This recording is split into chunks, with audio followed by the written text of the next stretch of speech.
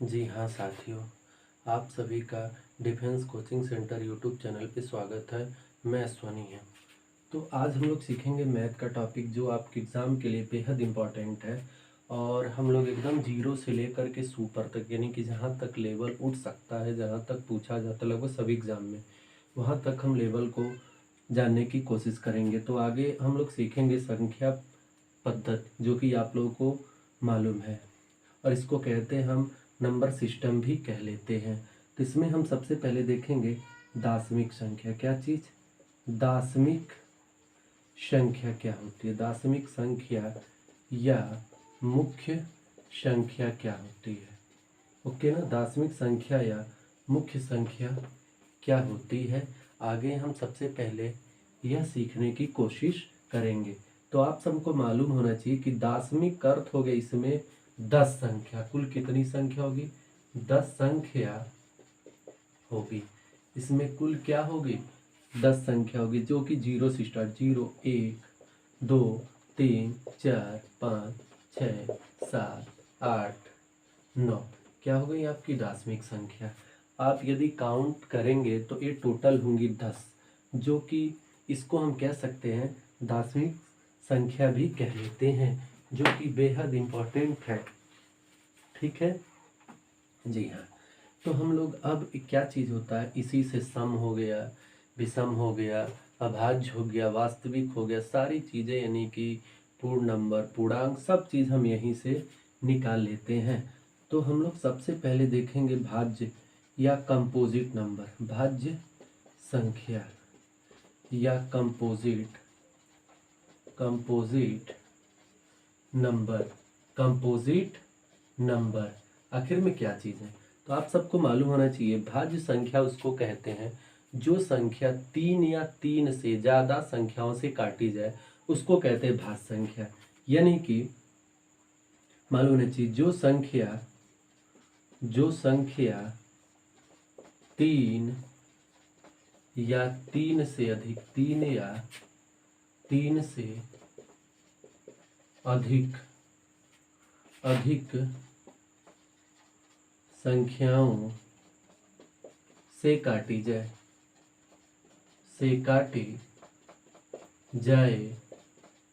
उसे भाज्य संख्या कहते हैं। भाज्य संख्या कहते हैं। ओके ना।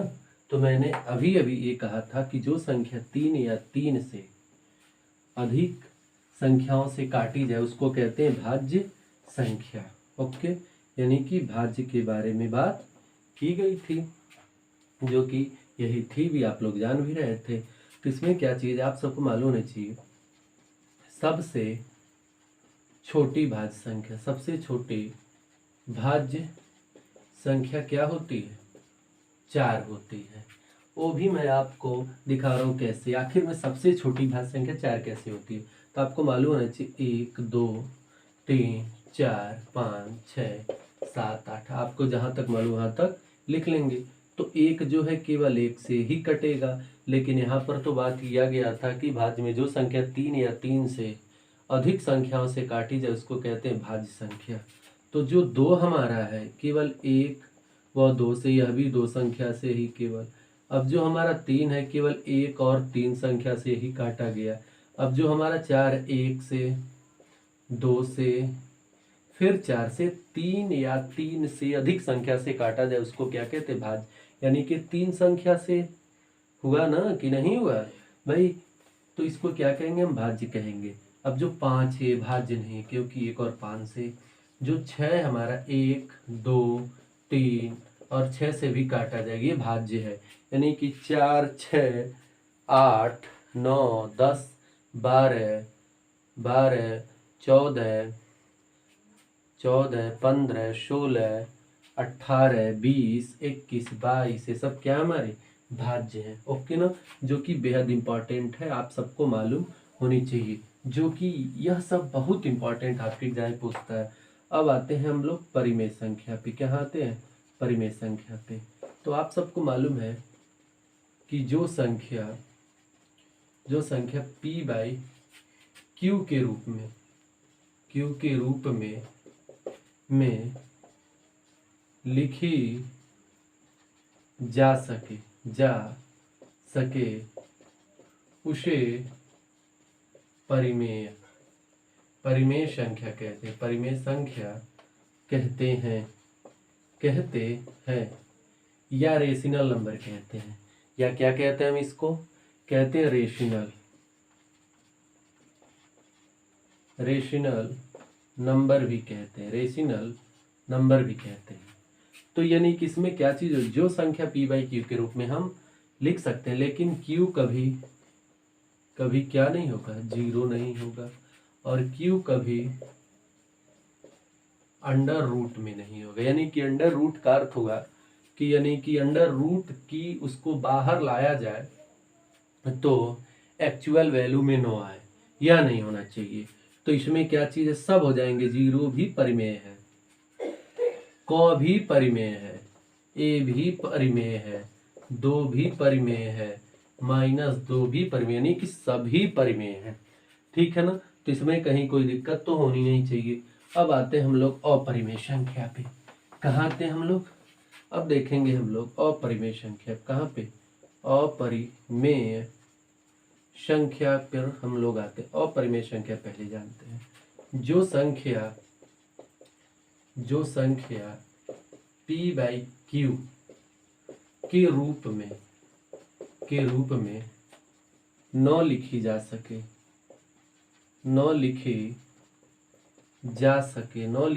सके उसे, जो संख्या p बाई क्यू के रूप में न लिखी जा सके उसे अपरिमेय संख्या या इरेशनल नंबर कहते हैं। क्या कहते हैं हम, इरेशनल नंबर भी कह लेते हैं। ओके ना। तो इसमें आपको मालूम होना चाहिए, तो भैया इसमें जो अपरिमेय संख्या है, जैसे एग्जांपल दे दिया जाए 1/√2, यह भी एग्जांपल है। जैसे और भी एग्जांपल आप ले सकते हैं कि यानी कि नीचे इस तरह से हो, नीचे शून्य आ जाए, सब क्या हमारे अपरिमेय संख्या के उदाहरण इसमें आ जाते हैं। ओके ना। इसमें कहीं कोई डाउट नहीं होगा। चलिए इसके बाद हम लोग आते हैं, अब ऐसे आता है ऑप्शन में कि आपने परिमेय भी सीख लिया, भाज्य भी सीख लिया, तो और हम लोग सीखते हैं अभाज्य संख्या, जो कि बेहद इंपॉर्टेंट है। यहाँ से क्वेश्चन पूछे जाते हैं, इसलिए हम इसको ले रहे हैं। आप सबको मालूम होना चाहिए कि ये सिंपल वे में किसका डेफिनेशन क्या आप सबको मालूम हो, लेकिन हम फिर भी आ रहे हैं तो इसके पीछे कहीं ना कहीं कुछ तो रीजन होगा। जो संख्या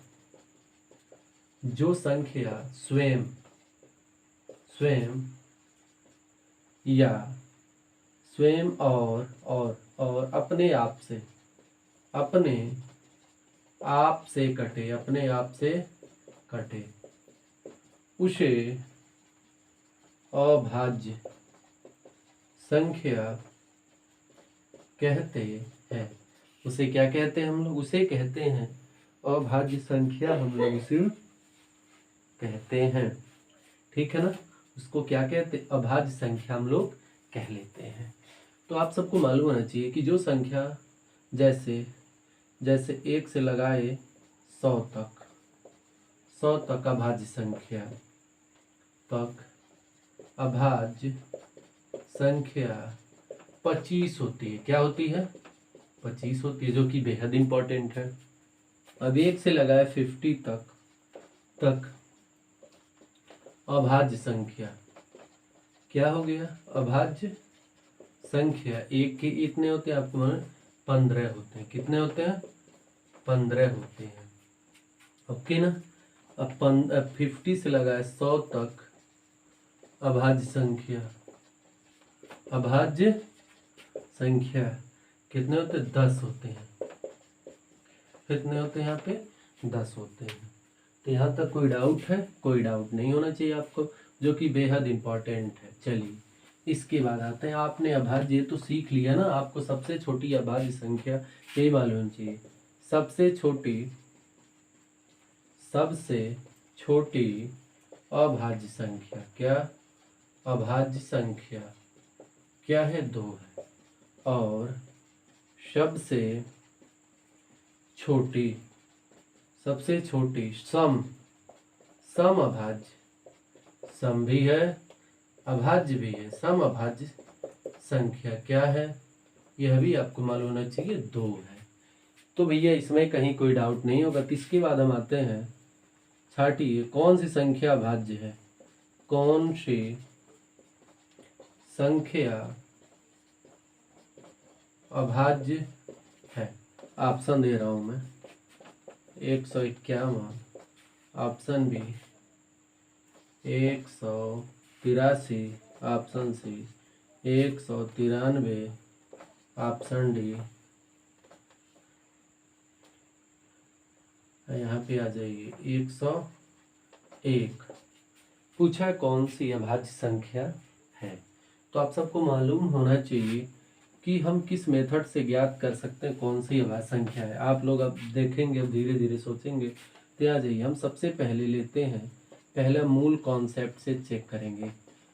वो किससे, हम मूल कॉन्सेप्ट से। सबसे पहले 151 का हम नियरेस्ट वर्गमूल निकालेंगे।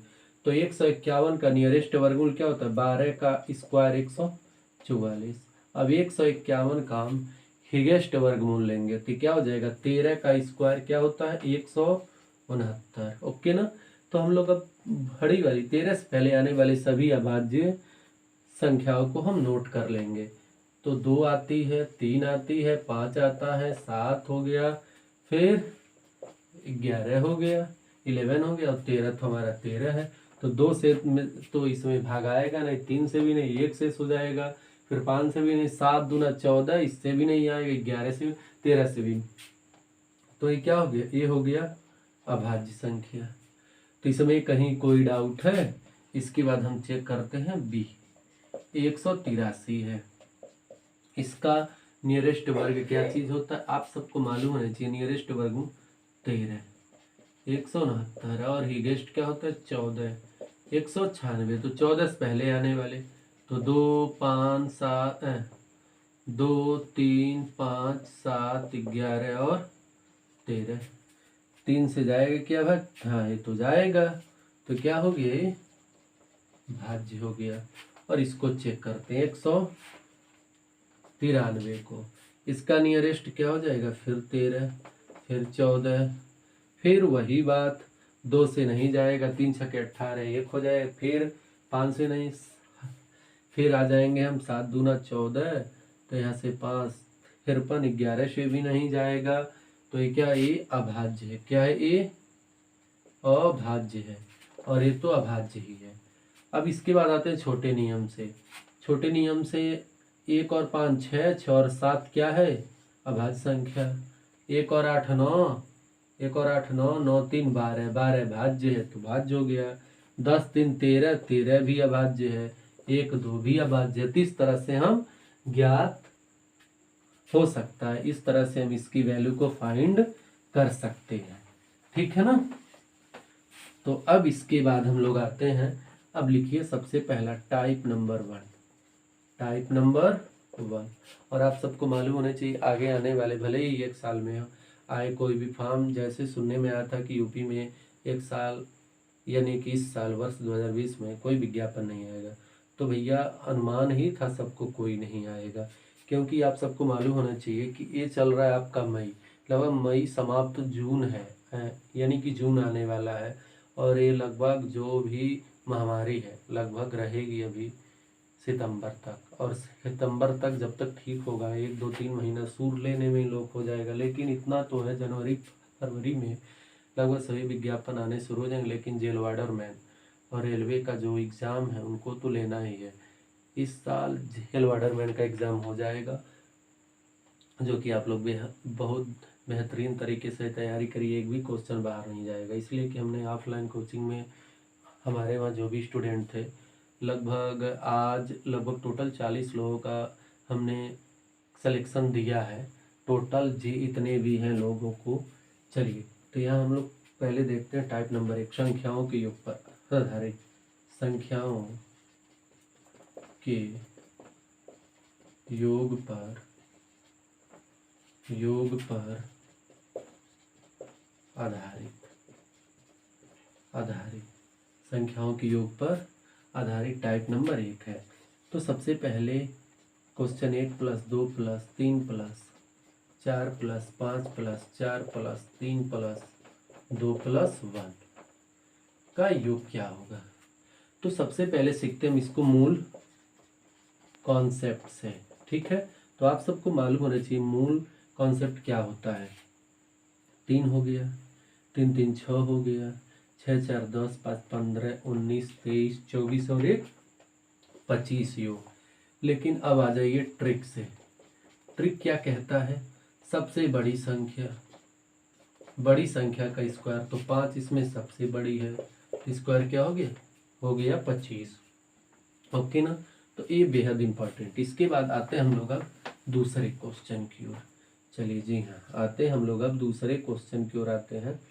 तो यहाँ पे 1 2 3 4 डैश डैश डैश 48 49 50 फिर 49 फिर 48 डैश डैश डैश 3 + 2 + 1 का योग क्या होगा। तो सबसे सिंपल सी बात है, बड़ी संख्या का स्क्वायर बराबर योग।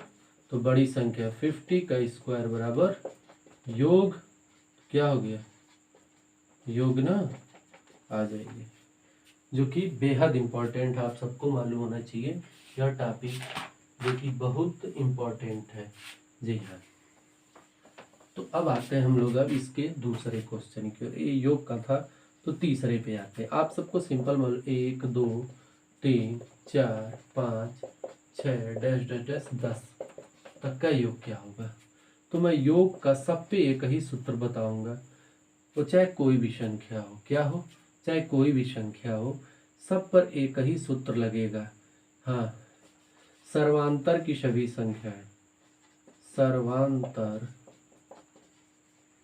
की सभी संख्या, तो इसमें पहली संख्या चाहे अंतिम संख्या लिख ली, चाहे पहली अंतिम संख्या प्लस पहली संख्या बटा 2 गुणे कुल पद।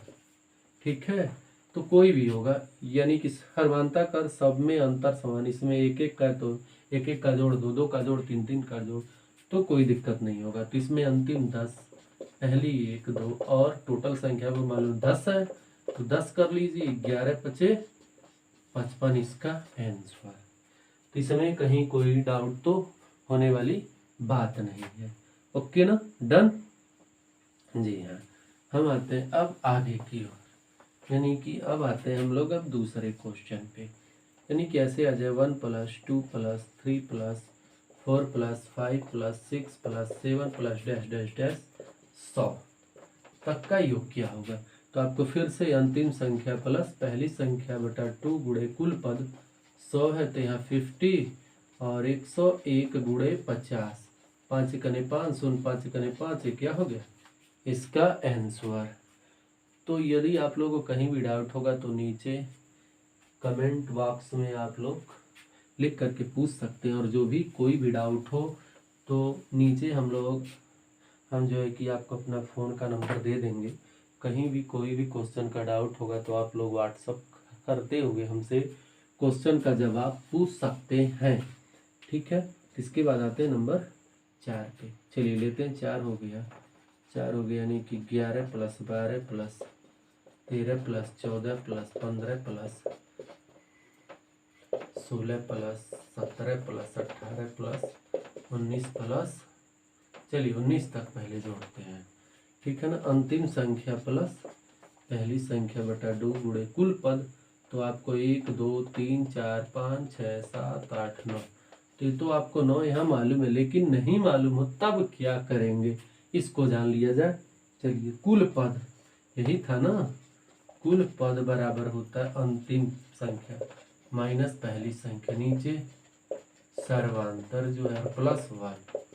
तो अंतिम संख्या 19, अब पहली संख्या 11, सर्वांतर 1 का +1, तो 19 में से 11 जाए तो क्या बचेगा 8 और 1 9, तो यही ना, और इसका योग 30, क्या हो जाएगा 15 9 135, जो कि यही आंसर हो जाएगा। जी हाँ फ्रेंड्स, अब आते हैं नंबर 5 पे। इसके बाद देखा जाए हम लोग अब नंबर 5वां, जैसे आ गया 41 आ गया, 43 आ गया, 45 आ गया, 47 आ गया, 49 आ गया, वगैरह वगैरह और आ गया। तो इसका 49 प्लस 41, नीचे 2 और यहाँ पे 2, 2 4 1 5 संख्या है। इसका योग 50 और 90 हो जाएगा।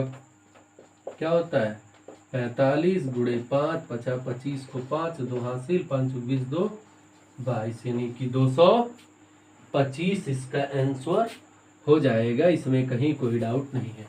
यदि इस तरह से आ जाए जैसे 55, 60, 65, 70, 75, हाँ इसमें समान अंतर होना चाहिए, उससे कोई दिक्कत नहीं है। समान अंतर रहेगा तो कुछ भी रहेगा तो हम इसको जोड़ लेंगे।